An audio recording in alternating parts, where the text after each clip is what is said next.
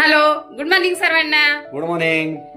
आजपासून दिवाळीला सुरुवात झाली आणि बाहेर गुलाबी थंडीला पण सुरुवात झालेली आहे आणि आम्ही दोघांनी जोडीनं घरातच कार्डिओ वर्कआउट करून जबरदस्त घामाची आंघोळ केलेली आहे.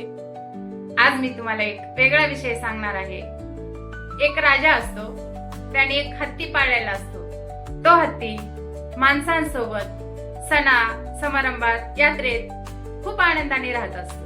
पण तो हत्ती त्याच्या कळपातून बाहेर येऊन माणसांसोबत गुण्यागोविंदानं राहतो हे काही अप्रपंचिक तत्वाला आवडत नाही आणि म्हणून ते अप्रपंचिक तत्व एक दिवस त्या पाळलेल्या हत्तीच्या कानात हळूच मुंगी सोडतो आणि हत्ती माणसांसोबत गुण्यागोविंदानं राहिलेल्या त्या माणसाला तुडवत जातो, धुमाकूळ घालतो. आणि माणसांचं सुद्धा असंच आहे. तुम्ही माणसाच्या कळपातून बाहेर निघून काही योग्य करत असाल तर तुमच्या कानात हळूच मुंगी सोडली जाते. मग तुम्ही घेतलेल्या निर्णयापासून दूर जाता, भरकटत जाता आणि सर्व गोष्टी बिघडत जातात. ऐकावे लोकांचे आणि करावे मनाचे. चला तर भेटूया उद्या नेक्स्ट टॉपिक मध्ये. Bye bye.